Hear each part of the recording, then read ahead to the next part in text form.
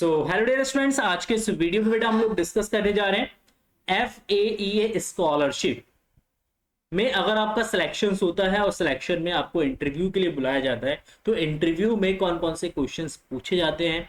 तो इन सारे कुछ हमारे पास 20 मोस्ट इंपॉर्टेंट क्वेश्चंस है, तो इन क्वेश्चंस के बारे में डिस्कस करेंगे जो कि जनरल क्वेश्चंस है। देखिए, इंटरव्यू में जो क्वेश्चंस पूछा जाएगा वो पूछा जाता है आपके बैकग्राउंड से रिलेटेड, आपके इंटरेस्ट से रिलेटेड, आपके बारे में पूछा जाता है, आपके फैमिली बैकग्राउंड के बारे में पूछा जाता है।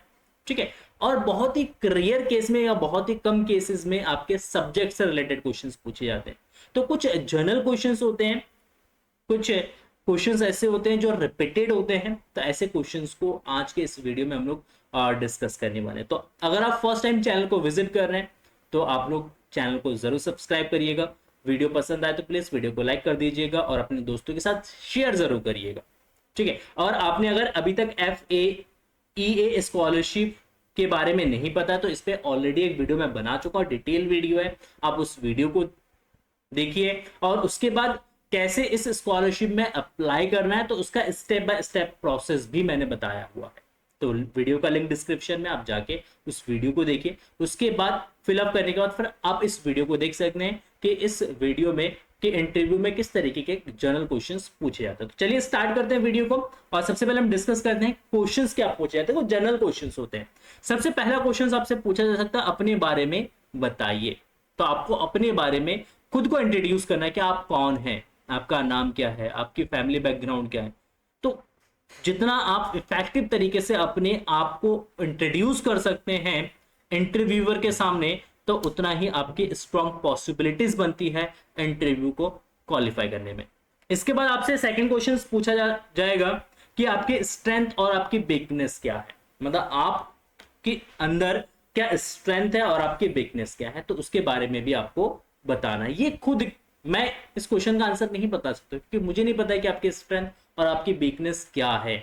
तो वो आपको खुद को आइडेंटिफाई करके आपको इंटरव्यूअर को बताना पड़ेगा।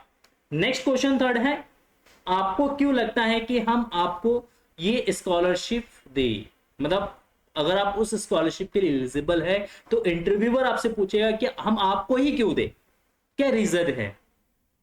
तो उस केस में आपको बताना पड़ेगा, वर्थ आंसर देना पड़ेगा कि हाँ आपको क्यों देना चाहिए। कि आप एक बहुत ही बैकवर्ड फैमिली से बिलोंग करते हैं, आप एम्बिशियस हैं, आप इस स्कॉलरशिप से जो अमाउंट मिलेगा आप उसको अच्छे तरीके से यूटिलाइज करेंगे। वटेवर जो भी आपका आंसर होगा वो आपको फ्रेम करके देना है। उसके बाद पूछा जाएगा फोर्थ क्वेश्चन, आपके अपने जीवन का लक्ष्य बताइए। आपके जीवन का लक्ष्य क्या है, आप क्या एम करते हैं, क्या बनना चाहते हैं, क्या करना चाहते हैं सोसाइटी के लिए, इंडिया के लिए, अपनी फैमिली के लिए, वो आपको बताना पड़ेगा। फिफ्थ क्वेश्चन है, आप अपने जीवन में किसको आदर्श मानते हैं, मतलब आपका आइडल पर्सन कौन है, किसको आप आइडल मानते हैं। वो वटेवर कोई भी हो सकता है, आपके पेरेंट्स हो सकते हैं, आपके टीचर्स हो सकता है सोसाइटी में, या आपके सराउंडिंग में आपकी रिलेशन में कोई पर्सन हो सकता है जिसके जैसा आप बनना चाहते हैं, कोई लीडर हो सकता है।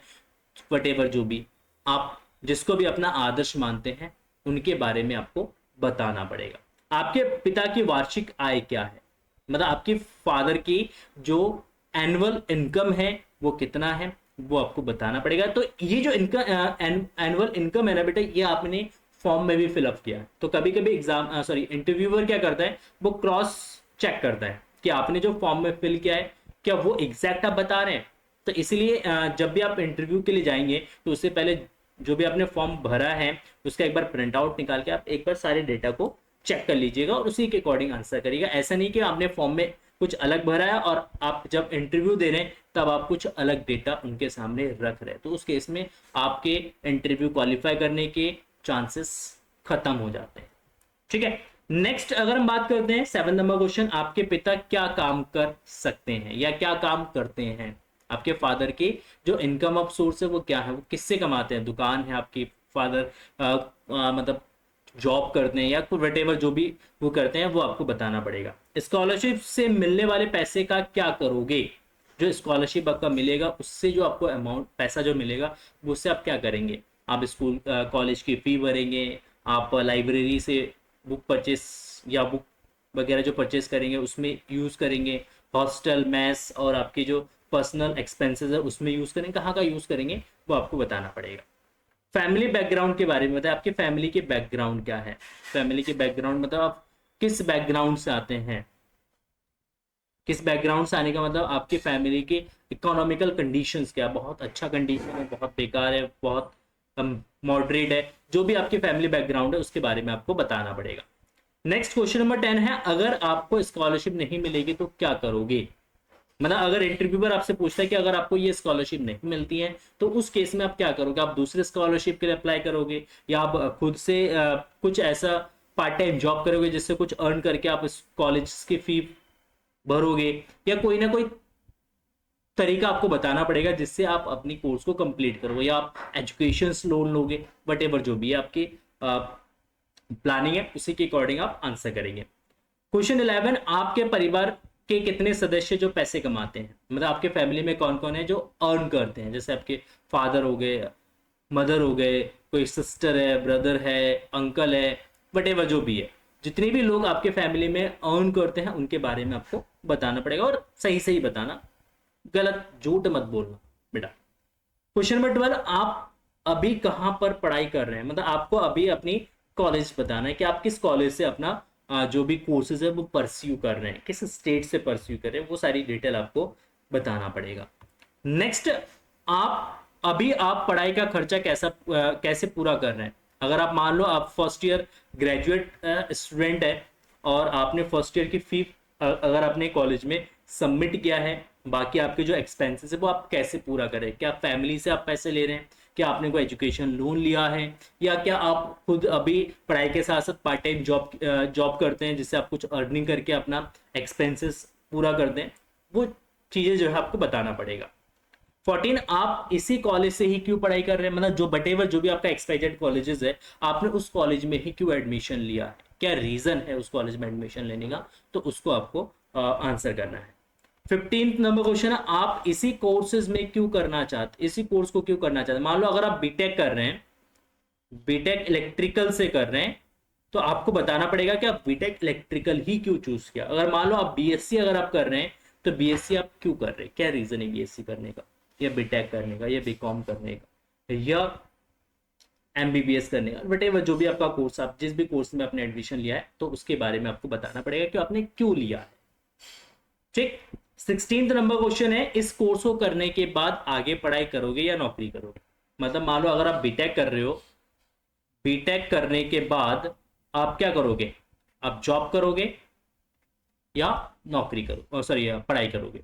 आप बीटेक के बाद एमटेक करोगे, मतलब अगर आपने बैचलर कोर्स कंप्लीट कर लिया तो बैचलर के बाद आप मास्टर कोर्स करोगे कि नहीं करोगे, या आप बैचलर कोर्स करने के बाद ही नौकरी करना स्टार्ट करोगे, तो उसके बारे में भी आपको बताना है।